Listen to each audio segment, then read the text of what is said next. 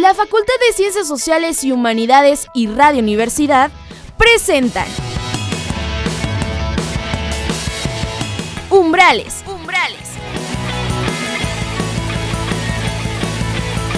La entrada al mundo de las ciencias sociales y humanidades. Antropología, geografía, historia, filosofía, arqueología, lengua y literatura hispanoamericanas.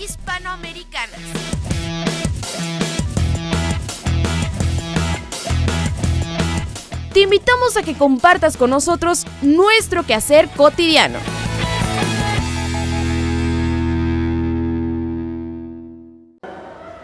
Muy buenos días, estimados radioescuchas, y buenos días a los que nos ven por video también.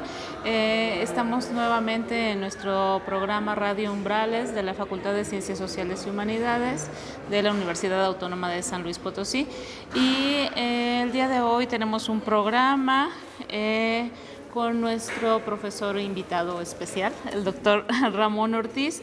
Esta invitación se da en el marco de la Semana de la Facultad, y el doctor Ramón Ortiz nos va a dar una conferencia sobre, posteriormente va a hablar sobre México como región imaginada de la violencia en las canciones del narco. Muy bien, pues muchas gracias, Guadalupe. Buenos días, ¿qué tal, José Ramón? ¿Cómo estás? Buenos días, muchas gracias. Bienvenido. Gracias. Pues nos da gusto tenerte aquí, ya te habíamos tenido en estos micrófonos. Y por ahí varió creo que un poquito el título de la ponencia, pero suena muy interesante. Pero un poquito, ¿verdad? Pero lógicamente pues el tema da mucho para hablar, sobre todo en esta cuestión de la violencia, su representación en la literatura. Y mencionar también, ya tu estadía aquí en San Luis, tu regreso a San Luis, sí. Tú que eres potosino después de haber estado en la Universidad de Brown. Y platícanos un poquito antes de entrar en el tema de tu trayectoria, qué estás trabajando ahorita, qué has trabajado. Sí, pues yo básicamente me dedico a trabajar, a estudiar temas relacionados con la representación de la violencia en los distintos discursos narrativos que se han producido en México, digamos, en la última generación, en 2005, 2015 o lo que va del siglo XXI, que es el momento en el que pues, la violencia directa es mucho más visible de lo que fue durante gran parte del siglo XX, ¿no? Yo pienso que la mayoría, si no es que todos los mexicanos que atendimos al inicio de la guerra contra el narco de Calderón, nunca habíamos estado frente a un contexto de violencia tan evidente, ¿no? en nuestras vidas, ¿no? Probablemente antecesores nuestros, ¿no? lo hicieron, ¿no? En otros periodos de hace un siglo, pero nosotros no. Y estudiar inmediatamente cómo se construye este imaginario en distintos registros literarios, tanto digamos de literatura formal como la novela, o hasta la poesía, la dramaturgia, y el tema de esta charla que es precisamente en la literatura popular, ¿no? Informal en los estudios, que es el corrido o la música del narcotráfico. Y me parece interesante ver el intríngulis, ¿no? El lugar donde se podrían llegar a unir estos dos registros en la producción de un país que es imaginadamente violento. Uh-huh. Pues suena muy interesante, ¿no? Y sobre todo, como tú lo comentas, uno por un contexto social que efectivamente es violento y ha sido violentado. Y hay un aspecto en la literatura, me gustaría, antes de entrar como el tema del corrido en ese sentido y ver tu punto de vista, creo que también se ha focalizado, ¿no? Últimamente en la literatura, al hablar de una literatura del norte, y una literatura del norte igual a violencia, en este contexto tan amplio que es México. ¿Qué nos podrías comentar de ello? Primero que es evidente, ¿no? Y desde finales del siglo XX, que en el norte de México, en su producción literaria formal, el tema de la violencia ha estado inmediatamente presente, ya sea desde ficciones de género, sobre todo, que tienen que ver con el género policíaco, donde se ha creado algo que algunos expertos y otros escritores tienden a a negar, que es la narcoliteratura, o sea, la literatura que toca el tema del narcotráfico, pero también en otros registros no inmediatamente del narco, que vuelven a presentar al norte como esta región agreste, un tanto, pues si no salvaje, sí violentada históricamente, ¿no? El libro más reciente de Julián Herbert, La Casa del Dolor Ajeno, es una crónica sobre la matanza de chinos en Torreón durante la Revolución Mexicana. Entonces, también hay este esfuerzo por recuperar lo que desde o hacia el centro podría suponerse que es imaginariamente el norte del país. Pero no es lo único que se produce, ¿no? Y no es probablemente para muchos lo más valioso, pero sí es lo más visible y tiene que ver con la apetencia que desarrollamos por lo que sería como el horror recreativo o el terror recreativo que produce la violencia, que en otras ciudades del país, más hacia el centro, ya empezando más o menos de San Luis Potosí, no son tan evidentes, ¿no? Tan notorias, pensaríamos, ¿no? Pero hacia el sureste, hacia el sur del país, la violencia es igual o tan mayúscula como en algunos lugares del norte muy localizados, ¿no? No hay una diferencia existencial entre Tampico, Ciudad Juárez y Michoacán, ¿no? Podemos pensarlo, Guerrero, ¿no? Pero ha sido la escritura del norte, tal vez porque tiene una tradición además mucho más fuerte dentro de la narrativa nacional, la que se ha dedicado con mayor prestancia a ese aspecto, ¿no? O sea, el norte de México es indudablemente la tierra de nuestros narradores históricos del siglo XX. Hemos oído a mucha gente como a bueno, muchos autores, ahora me vuelve el nombre, ¿no? Mencionando esta historiografía del norte como la gran cultura de la narrativa mexicana, lo cual es en parte cierto, y tal vez por eso en esa tradición es que desde ahí proviene la literatura o el registro textual más apropiado, ¿no? para hablar de estos temas. Muy bien. Como nos decía Ramón, bueno, tu primer acercamiento a este tema es a través de la literatura. ¿Y cómo se da el camino que te lleva a la canción y al corrido? ¿Cuáles son los vasos comunicantes que encuentras en estas relaciones y cuáles son los puntos de encuentro y también las diferencias, ¿no? Creo que es interesante porque son tipologías distintas, sí, ¿no? Bueno, de hecho, en el transcurso de mis estudios sobre el tema, primero me dediqué a las canciones y es ahora que me dedico a la narrativa formal. O sea, mi tesis de doctorado fue precisamente sobre corridos de Jesús Malverde y de hecho la charla de hoy, El Santo de los Narcos, ¿sí? La charla de hoy se dedica casi en su mayoría hacia ese corpus corridístico. Me interesó originalmente Jesús Malverde porque quería yo y quiero siempre separar el corpus de sus textos, unas 100 canciones que he coleccionado, del referente inmediato a la canción del narco, ¿no? Y establecerlo como una poesía religiosa o una literatura religiosa que permite la fundación de una cosmogonía que entonces ya va a estructurar una sociedad que va a crear su propia cultura y separarse o desplazarse, utilizando términos como de Ramírez Pimienta, de la centralidad que siempre hemos tenido. Entonces yo llegué a ese tema estudiando primero literatura medieval, épica castellana y geografía castellana medieval, que pude utilizar, ¿no? como base teórica para pues, acercarme a este fenómeno vivo actualmente. Y con el paso del estudio vi que los vasos comunicantes que se tendían entre la producción popular de estos registros cancioneriles y la producción formal de una novela del narco son bastante evidentes y tienen que ver con figuraciones simbólicas de lo que es la región de donde proceden estos registros, ¿no? El norte de México empezando desde el Triángulo Dorado, digamos, ¿no? Desde Sinaloa hacia una región fronteriza, y la idea que tiene todo escritor norteño y sureño norteamericano de que la frontera, bueno, como espacio liminal es invisible, ¿no? Es ficticio. Entonces, tanto en las novelas como en las canciones, en realidad lo que se produce es la representación de una suprarregión imaginada. No es México y Estados Unidos, no es ni siquiera la frontera, sino un territorio que el crimen, que la cultura de violencia ha establecido como propio, con sus propias dinámicas, con sus, ¿no? existenciales, sus límites existenciales, ¿no? Sus héroes y tal, ¿no? Es en esa coincidencia. Y en ambos casos pues, va a haber los símbolos más pues evidentes, por no decir fáciles, de estas épicas o pseudoépicas, ¿no? La presencia de héroes, antihéroes, jerarquías, discursos de poder y contratos de sociabilidad pública que se establecen en sus comunicaciones. Entonces, desde el lado de la canción popular, que es lo que a mí me gusta, se utilizan esos símbolos para establecer su propia sociedad. Y desde el lado de la literatura formal, que generalmente, si no por decir el 100% de sus productores, no forman inmediatamente parte de la cultura del narco, bueno, pues enunciarla, anunciarla, denunciarla, ¿no? Mostrarla, pero saber de su existencia. Ya habría que ver en un futuro dónde lleva esto, ¿no? De lo que sería como el choque de las dos civilizaciones. Ya. Pues bastante interesante, ¿no? Y sobre todo me quedo con esto que mencionas al final, ese choque de dos civilizaciones y que tiene que ver, no lo sé, pero igual ahorita por ahí nos comentas algo, también con este choque en la literatura, de una literatura formal y de una literatura popular. ¿Por qué? Porque es interesante esta cuestión nuevamente del corrido, que ha sido recurrente en otras charlas, donde lógicamente quien compone los corridos es la gente, ¿no? No es la versión oficial. Es la versión popular, es la versión, me atrevería a decir inclusive de los participantes, de los que les toca precisamente estar siempre en el ojo del huracán.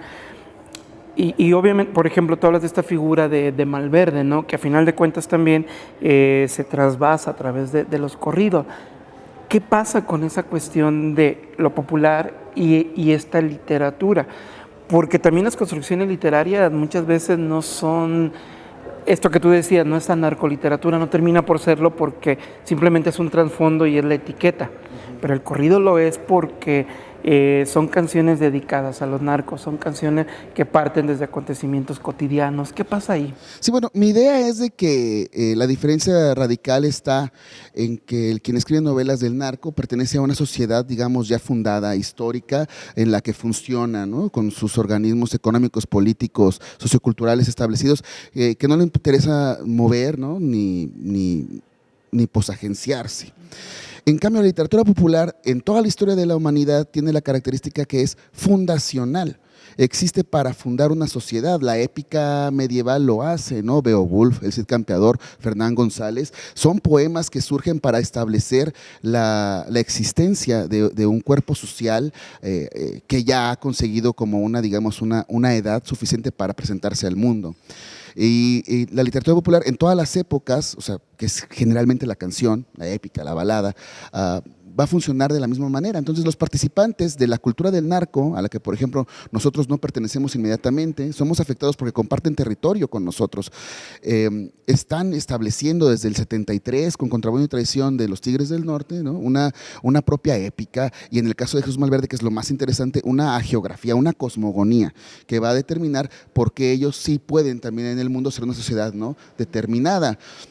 No ha llegado el momento, sí, digamos que no va a pasar por confusión del mundo, pero la narcocultura se vuelve una narconación y existe un país que funcione con esas características, que entonces, bueno, comenzará poco a poco a establecerse ya una literatura formal dentro de sus límites, ¿no? Pero por ahora y por siempre permanecerá como este estrato folclórico que eso les da permiso a ellos mismos, ¿no? de validarse, de existir, ¿no? Y de decir, estas son nuestras creencias, nuestra forma de vida, nuestra jerarquía, nuestra ética, nuestra estética, ¿no? nuestra propuesta cultural. Y bueno, por eso yo creo que conviene, entre todos los estudios que se hacen actualmente sobre la violencia en México, bueno, fijarnos, sin ninguna intención moralista, ¿no? Fijarnos en cómo esta sociedad, bueno, va construyéndose simbólicamente, que es lo más importante para establecer lo que sería el estamento cultural, ¿no? De lo que ante nuestros ojos es mera evidencia. Sí, pues, Bueno. me llama la atención esto de la región imaginada, lo que decías, ¿no? Este espacio, es un espacio simbólico, ¿no? ¿Cómo se configura, cómo se delimita, cuáles son los elementos que nos permite identificar esta región imaginada y que tú has estudiado y has identificado, ¿no? Con sus límites y fronteras. Sí, claro. Bueno, primero tengo que decir que para poder como hacer, ¿no? O asistir a la región imaginada de la violencia, que paréntesis, se llama región imaginada de la violencia, a lo que alguien más podría decir la región del narco o la zona del narco, ¿no? De la violencia como una imaginación simbólica y cultural. Pues lo hago atendiendo desde pues, la perspectiva que me da mi propia experiencia, ¿no? Como ciudadano de este país, que es primero delimitar sus límites en la geografía de la frontera. Por supuesto, ese sería el núcleo, ¿no? La región esta de la violencia se extiende en tanto se extienda la sociedad del narco y la cultura, que sabemos abarca ya los 5 continentes y tal, ¿no? No veces de fronteras, pero está ahí como el epicentro, el corazón, el núcleo. Y bueno, los límites yo creo que se establecen primero en una conciencia, en tanto México como Estados Unidos, en una conciencia de una región bilingüe, donde no importa dónde hayas nacido, sino la capacidad de comunicación en 2 idiomas inmediatos, y que también establece su propia centralidad en ciudades norteamericanas donde la comodidad de vida les permite pensar en México como un país idílico donde existen los recursos lingüísticos de la violencia para hablar de sus temas. Voy a decirlo en la charla, pero hay un caso que me parece muy, muy interesante. Hay un documental que se llama Narcocultura del 2013, en el que, bueno, se sigue las vidas de un forense de Ciudad Juárez y un compositor de narcocorridos, cantante de la banda Bucanas de Culiacán, que vive en California, en un suburbio. Entonces, por un lado vemos la vida del hombre que vive en México, que es un ciudadano mexicano y que por la violencia no le permite funcionar como él quisiera, pero del otro lado vemos a un tipo que vive y festeja, ¿no? La existencia de la violencia en la comodidad de un suburbio donde él puede caminar tranquilamente con su mujer y su hija, pero que está todo el tiempo añorando no vivir en Culiacán como el Commander, donde él sí tiene acceso directo al lenguaje de la violencia que a él le falta para componer la épica precisa de su, ¿no? de su noción, ¿no? de su cultura. Esos serían algunos de los límites, pero como toda cultura, yo creo que el más importante que hay que establecer primero es cosmogónicamente cómo se establece esta región, cómo se imagina. Pensemos, por ejemplo, cómo los aztecas, ¿no? Imaginariamente ya habían establecido su residencia antes de llegar al lago, ¿no? Hay un mito fundacional, Suaztlán, hay un mito fundacional que justifica que ellos lleguen a matar a todos los pueblos de alrededor y hacerles la guerra. Entonces, en la región imaginada de la violencia, de la cultura del narco, ¿no? Esta cosmogonía se está basando en el relato heroico de 2 partes, los héroes laicos, que desde Guamúchil y la Sierra de Culiacán van proponiendo los límites de lo que es, ¿no? su producción y su forma de vida, y los santos o los héroes religiosos, que van justificando la existencia de su comportamiento. Y eso tiene que ver, yo creo, sobre todo con un error, ¿no? Con un fallo en el establecimiento de la modernidad en México que se extiende hasta el siglo XIX, en el que por la fuerza cultural que se le da a los centros urbanos del centro del país, pues se marginaliza, ¿no? a todo el resto de una nación que no es nunca invitada al concierto de la modernidad y que desde entonces, por ejemplo, en los corridos del bandolero, o en la autonomía de las comunidades indígenas en el sur, ¿no? van estableciendo sus propias maneras de vivir, sus propias culturas. Pues suena muy, muy interesante. Hacemos nada más una muy breve pausa para comentar los teléfonos. Radio Universidad 826-1347 y aquí en la Facultad de Ciencias Sociales y Humanidades 832-1000 para que nos llamen cualquier impresión que tengan respecto al tema o lo que sea nos quieran comentar. Regresamos sobre esta charla, de verdad que es muy interesante, y esta disolución de frontera y este territorio agreste, que yo me permito retomarlo porque también soy de la literatura, ¿verdad? Y que lo vemos en cuestiones tan simples, por ejemplo, esa figura tan polémica de Villa, ¿no? Villa para el centro, me atrevería a decirlo de esa manera, es el bandolero, pero si vamos al norte, Villa es el héroe. Y siempre hago esa relación y creo que hay más. Tú hablabas, por ejemplo, de estas cuestiones de ciertos relatos del 19, final del 19, pienso en Tomochic, que ya es un relato de por sí violento también, que manifiesta esta cuestión de pugna entre el centro y el norte. Esos relatos de, ¿cómo se llama? Bueno, se me va ahorita el nombre, pero que hablan de esta partición de un país. ¿Qué tanto tiene que ver la denostación de esta cuestión de cultura, narcocultura, cultura popular y corrido por parte del centro? Bueno, este es un tema, o sea, muy importante en la discusión de lo mexicano, que hasta ahora, bueno, gracias a la fortaleza que ha tenido la literatura del norte, ¿no? Parece que comienza a preguntarse, ¿no? Desde esta perspectiva. Pero no olvidemos, ¿no? Aquella arenga vasconcelista que decía que la cultura en México terminaba donde comenzaba la carne asada, que es más o menos San Luis Potosí, Zacatecas para arriba, ¿no? O sea que ya. Sí, o sea, esta idea, esta noción que se tiene desde la colonia, desde la independencia, de que todo lo que estaba más arriba de Mesoamérica era territorio salvaje, los guachichiles, los chichimecas, ¿no? Los apaches, los yaquis, la obsesión porfiriana por destruir el legado indígena norteño, ¿no? A los yaquis, a los apaches, haciéndolos emigrar, matándolos por centenares, siempre visto como esta región de riesgo.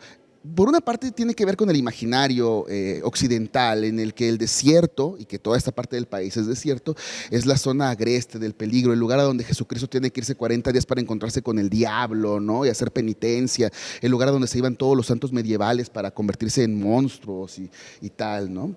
Y luego, pues ya a partir de la Revolución, pues yo creo que el trauma centralista de saber que todos los hombres que hicieron al país por segunda vez son del norte. No solo Pancho Villa, Venustiano Carranza, Francisco I. Madero, Álvaro Obregón, todos son norteños. Los primeros pues eran más del sur y más del centro, Morelos, Hidalgo, Josefa, pues sí de Querétaro y de Morelia y tal, ¿no? Pero estos otros hombres, los triunfadores de la revolución, son del norte, todos, con excepción de Emiliano Zapata, básicamente, ¿no? Entonces tal vez tiene que ver con eso, ¿no? O sea, el buen salvaje, ¿no? Domesticado en el centro, o el daño que haya hecho aquí. Ahora mencionabas, claro, ejemplos como el de Pancho Villa, o el de Teresa de Urrea, ¿no? La santa de Temochic, que también son muy interesantes porque no solo se convierte Pancho Villa en un héroe civil, laico, de la revolución, de la fundación del país, sino que también obtiene un culto religioso en el norte de México, donde actualmente, bueno, existen capillas y altares, no en la cantidad que hay de Malverde o algo así, o de Juan Soldado, pero existen, ¿no? E incluso estampas donde se ve a Pancho Villa, dice San Pancho Villa, el hombre que se atrevió a conquistar los Estados Unidos, y atrás viene una oración para que te proteja de tus enemigos y acreedores y tal, ¿no? De cruzar la frontera. En ese sentido, y volviendo a lo que comentaron anterior, me imagino que también tiene que ver con la noción de lo bárbaro, como este medio occidental bien acendrado de quien vino a destruir o a rehacer nuestra civilización, ¿no? Quienes llegaron a Roma para refundarla, respetando solo la religión, y quienes llegaron desde el norte para rehacernos. Pero tal vez todo esto se ha centrado en los últimos 15, 20 años, porque de ahí provienen, por la facilidad geográfica, pues los grandes héroes del narco, ¿no? Los hombres que por la cualidad y calidad de su trabajo tienen que ser peligrosos, tienen que ser matones, tienen que ser bandoleros. Sí, pues qué interesante, ¿no? Cómo este imaginario colectivo por un lado y por otro se van retroalimentando, ¿no? Y se van construyendo al mismo tiempo. Pues creo que nos queda ya muy poco tiempo, Sí. ¿verdad? No nos da tiempo Me llama la de- atención en Ajá. otro aspecto, y creo que en los 2-3 minutos que nos quedan, la importancia de la música. Porque además también ahí hay diferencia, ¿no? La música norteña es una, la música del sur es otra. Y aquí viene también la cuestión del corrido, que a final de cuentas termina por reforzar este aspecto musical. ¿Qué pasa con ello? Pues esto sí es muy curioso, porque para mediados del siglo XX, o poco antes de mediados del siglo XX, el gran estudioso del corrido mexicano, que es Vicente Mendoza, pues ya estaba declarando en sus libros que el corrido era una forma en extinción, ¿no? Que su trabajo consistía en recopilar todo y estudiarlo antes de que se perdiera, porque sí, el corrido estaba perdiendo muchísima fuerza ante la música ranchera, ¿no? Que es más bien del bajío y es mucho más compleja. Esto, no, claro, tiene que ver con que la identidad mexicana se funda y se crea y se inventa en el siglo XX posrevolucionario. Nos dicen el cine, la música y las artes plásticas, que el mexicano tiene que ser como Pedro Infante y Jorge Negrete, feliz en su rancho de los Altos del Bajío con su mujer trenzuda, ¿no?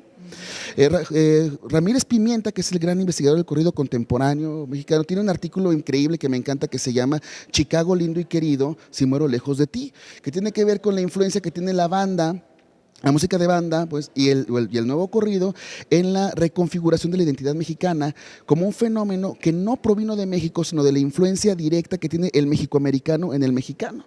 la relocalización del centro de la identidad mexicana, ya no en Jalisco, que es donde la ubica con Jorge Negrete, sino en la transmigración, que inmediatamente, bueno, tiene su reflejo en el norte de México.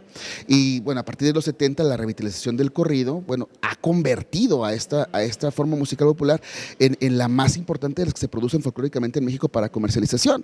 Y también ocurre un fenómeno que a mí me causa mucha curiosidad, porque lo hemos visto y lo hemos vivido en 5 años, que es lo que llamaríamos la vandalización del país, con B, no con V, ¿no? Como el país todo ha aceptado como su música de diversión la música de banda sinaloense.